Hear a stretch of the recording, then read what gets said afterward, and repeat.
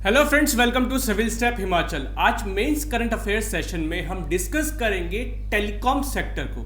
और telecom sector में हम क्या डिस्कस करने वाले हैं, जो अभी वोडाफोन आइडिया का इशू चल रहा है उसको हम डिस्कस करेंगे। क्या कॉन्टेक्स्ट है इसका कॉन्टेक्स्ट ये है दोस्तों कि सरकार ने telecom companies particularly Vodafone idea को एक ऑप्शन दिया था कि जो भी आपके पेमेंट्स ड्यू है, जो आपको सरकार को देने हैं, इंटरेस्ट पेमेंट करना है, उस इंटरेस्ट पेमेंट की जगह आप हमें अपनी कंपनी में इक्विटी दे दीजिए, यानी कि उतने शेयर दे दीजिए।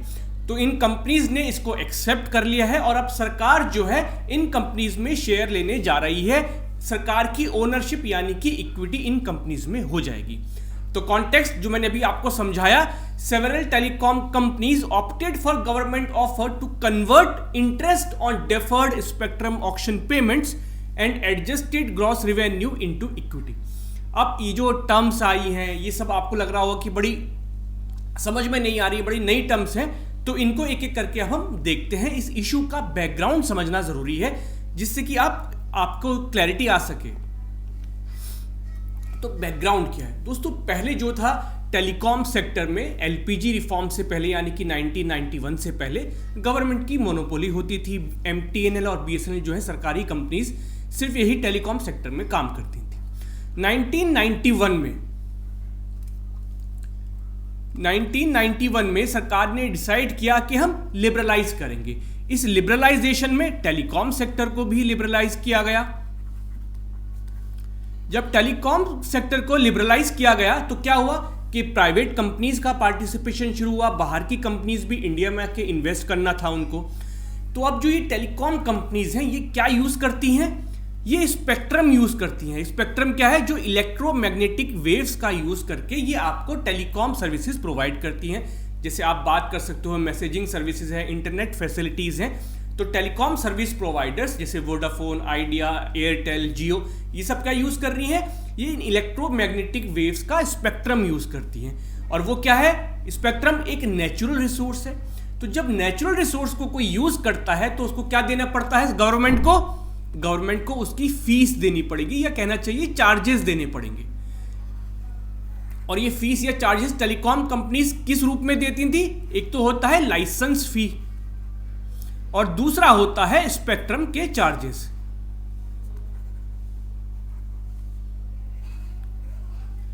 तो ये काफी महंगे थे।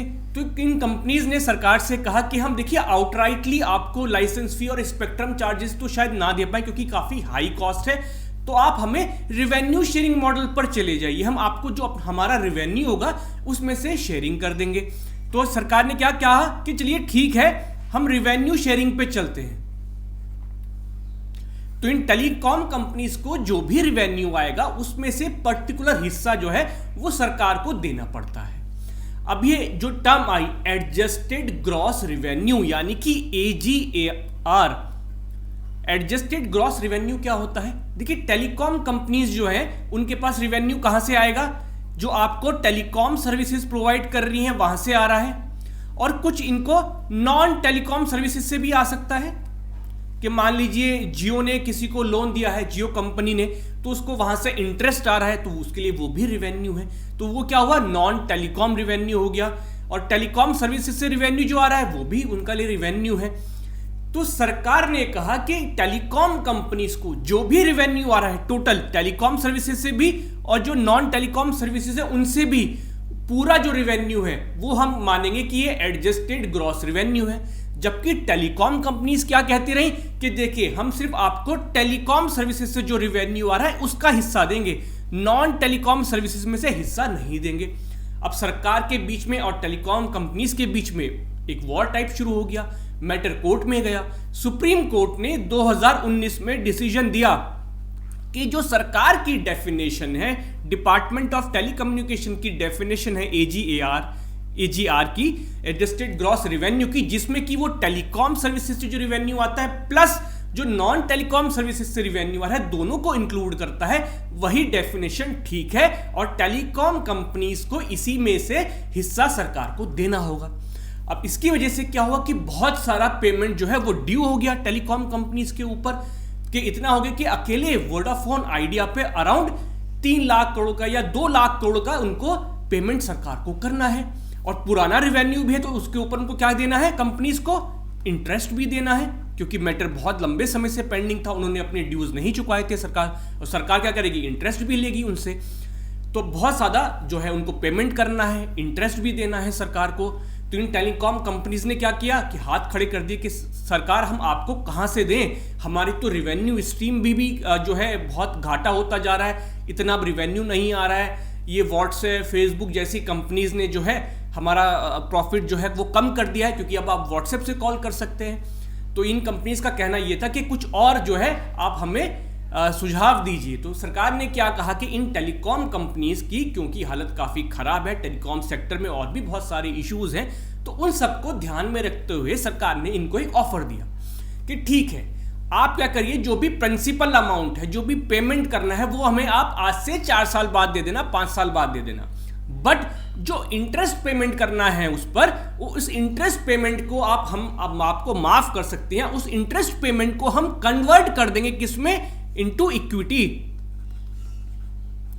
कि मान लीजिए वोडाफोन आइडिया को सरकार को 20,000 करोड़ रुपए का इंटरेस्ट पेमेंट करना है, तो सरकार ने कहा कि हम आपको 20,000 करोड़ के बदले में आप हमें क्या कर दीजिए, 20,000 करोड़ रुपए के शेयर दे दीजिए हमें। तो इन कंपनीज ने इस ऑफर को सरकार के एक्सेप्ट कर लिया है कि हम आपको पेमेंट नहीं करेंगे डायरेक्टली कैश का, हम उसके बदले में अपनी कंपनी में सरकार को इक्विटी दे देंगे, यानी कि अपने शेयर ऑफर किए। तो अब आपको समझ में आएगा कि मुद्दा क्या है। अब इस पर भी चर्चा हो रही है कि सरकार ने ये जो इक्विटी खरीद ली है इन टेलीकॉम कंपनीज में, इसके क्या फायदे हैं, क्या नुकसान है, सरकार को आगे क्या करना चाहिए। तो सबसे पहले बात करेंगे हम फायदे की, कि जो सरकार ने रिफॉर्म लिया है वोडाफोन आइडिया या बाकी जो कंपनीज है उनमें जो सरकार ने इक्विटी शेयर खरीदा है इंटरेस्ट पेमेंट के बदले में, तो इससे क्या फायदे होने वाले हैं। सबसे पहला फायदा तो यह है कि मार्केट में कंपटीशन बना रहेगा। अभी आप देखते हैं कि मेजरली 2 कंपनीज बची हैं, एक तो जियो हो गई और दूसरी एयरटेल हो गई। अगर वोडाफोन आइडिया ये पेमेंट नहीं कर पाती, सरकार इसमें इक्विटी नहीं लेती इंटरेस्ट पेमेंट की बदले में, तो हो सकता है ये कंपनी जो है बंद हो जाती। फिर जो है कंपटीशन की आप हालत समझ लीजिए, सिर्फ जियो बचता और एयरटेल बचता, फिर ये कंपनी हो सकता था कि अपनी मनमानी चलाती, सर्विसेज अच्छी प्रोवाइड नहीं करती, अपने जो चार्जेस थे वो बढ़ जाते, तो ये नुकसान हो सकता। तो सरकार ने कंपटीशन जो है मार्केट में बरकरार रखा है। कंज्यूमर इंटरेस्ट को जो है सरकार ने ध्यान में रखा है यहां पर। अब क्या होगा कि कंपटीशन होगा तो सर्विसेज की इंप्रूवमेंट होने के चांसेस ज्यादा रहेंगे, है ना। अगर 2 ही कंपनीज होती तो कंज्यूमर के इंटरेस्ट सबसे ज्यादा हर्ट होते। हो सकता है कि उनको इतनी अच्छी सर्विसेज नहीं मिलती, बावजूद इसके कि वो उसके लिए चार्जेस पे कर रहे हैं। Space for cash strapped firms. अब ऑलरेडी जो टेलीकॉम कंपनीज हैं इनको काफी घाटा भी हो रहा है, काफी कर्जा जो है इनके ऊपर है। अगर पूरे टेलीकॉम सेक्टर का अगर आप बात करें तो करीब 4 लाख करोड़ का इनके ऊपर डेट है। तो अगर इतना ज्यादा इनको पेमेंट करना होता सरकार को, तो इनके पास बिल्कुल ही कैश नहीं बचता कि अपने कुछ और आगे इन्वेस्टमेंट कर पाएं, कुछ अपनी सर्विसेज को इंप्रूव करने का सोच पाएं। तो अब क्या है, अब उनको कुछ पेमेंट नहीं करना है, इंटरेस्ट पेमेंट नहीं करना है, तो उतना कैश उनके पास बच गया, तो उस कैश का वो प्रोडक्टिव यूज कर सकते हैं, है ना। मान लीजिए कहीं पर उनको पैसा लगाना है कि हमें सर्विसेज इंप्रूव करनी है, या फिर कोई रिमोट एरिया है यहाँ पे सर्विसेज प्रोवाइड करनी है, तो एटलीस्ट वो काम भी कर पाएंगे। तो एक थोड़ा सा स्पेस जो है इन कंपनीज को मिला है। Employment protection. अगर मान लीजिए वोडाफोन आइडिया जैसी कंपनी बंद हो जाती तो बहुत सारे लोगों का एम्प्लॉयमेंट चला जाता, और ऐसे टाइम पे जबकि अनएम्प्लॉयमेंट की प्रॉब्लम इंडिया में काफी बड़ी है, उसके बाद अगर लोग अनएम्प्लॉयड होते हजारों की संख्या में, तो ये हमारी और अनएम्प्लॉयमेंट कंडीशन को और भी वर्स कर देता। तो एम्प्लॉयमेंट को भी सरकार ने यहां पर प्रोटेक्ट किया है। Infuse liquidity. लिक्विडिटी का मतलब क्या है कि कैश इन्वेस्टमेंट जो कि टेलीकॉम सेक्टर में आ सकता है। इन्वेस्टमेंट होने की उम्मीद है क्योंकि सरकार को लगता है कि हमने जो इन कंपनीज का पैसा बचा लिया है, इससे वो 4G 5G सर्विसेज को इंप्रूव करने में जो है हेल्प होगी, उसमें इन्वेस्ट करेंगी टेलीकॉम कंपनीज। और जो न्यू प्लेयर्स हैं उनके लिए भी थोड़ा आसानी होगी, क्योंकि मार्केट में कंपटीशन बना रहेगा और उनको एक कॉन्फिडेंस आएगा कि हाँ, सरकार भी सपोर्टिंग इंफ्रास्ट्रक्चर दे रही है, सरकार की जो स्कीम्स और पॉलिसीज हैं वो भी इस सेक्टर को सपोर्ट कर रही हैं। तो सरकार को उम्मीद है कि न्यू प्लेयर्स जो हैं इसमें और आएंगे, इन्वेस्टमेंट आएगा टेलीकॉम सेक्टर के अंदर। Prevention of bad loan. अब ये टेलीकॉम कंपनीज ऐसी हैं जिन्होंने बहुत सारा लोन जो है पब्लिक सेक्टर बैंक से लिया हुआ है। अब अगर इनमें से कोई भी कंपनी फेल होती है, जो कि मेजरली अब 3-4 कंपनीज ही बची हैं, तो अगर ये कंपनीज कोई भी फेल होती है तो जो हमारी बैड लोन की, एनपीए की जो प्रॉब्लम है वो और ज़्यादा गंभीर हो सकती है। तो सरकार ने इंटरेस्ट पेमेंट की जगह इक्विटी लेकर के इस बैड लोन की या एनपीए की समस्या से भी निजात दिलाई है कुछ हद तक। अब कुछ क्रिटिक्स भी हैं कि सरकार को ऐसा नहीं करना चाहिए था। उनका क्या कहना है कि क्यों नहीं करना चाहिए था सरकार को? सबसे पहला रीजन क्या है कि सरकार के पास जो भी पैसा है, जो भी ड्यू था, वो किसका था? वो जनरल पब्लिक का था। तो आपने पब्लिक का पैसा एक प्राइवेट कॉरपोरेशन में लगा दिया है, जहां पर कि आपका कोई मैनेजमेंट कंट्रोल तो है नहीं। अब सरकार इनको मैनेज नहीं करने जा रही है, भले सी इक्विटी है, और मान लीजिए कल के दिन को मैनेजमेंट अपने हाथ में ले भी लेती है तो क्या गारंटी है कि सरकार उसको अच्छे से चला पाएगी? आप बीएसएनएल और एमटीएनएल का हाल देख ही रहे हैं। तो उनका क्रिटिक था कि सरकार को ये नहीं लेना चाहिए था, पब्लिक का पैसा एक प्राइवेट कॉरपोरेशन में नहीं लगाना चाहिए था, उसमें इक्विटी नहीं लेनी चाहिए थी। कॉन्ट्रारी टू डिसइन्वेस्टमेंट पॉलिसी, दूसरी तरफ सरकार क्या कोशिश कर रही है कि अपनी जो पीएसयूज हैं उसको डिसइन्वेस्टमेंट कर रही है। जो कमर्शियल एक्टिविटीज हैं जहां भी सरकार उनसे बाहर निकलना चाहती है। सरकार कहती है कि गवर्नमेंट का काम पॉलिसी बनाना है, बिजनेस चलाना नहीं है। तो आप एक तरफ तो डिसइन्वेस्टमेंट की पॉलिसी लागू कर रहे हो, कमर्शियल एक्टिविटीज से बाहर निकलना चाह रहे हो, और दूसरी तरफ आप जो है प्राइवेट कंपनीज में हिस्सेदारी ले रहे हो, आप दोबारा से कमर्शियल एक्टिविटीज में घुसने की तैयारी कर रहे हो। तो ये आपकी पॉलिसी का कॉन्ट्राडिक्शन दिखाता है कि आपको क्लैरिटी नहीं है।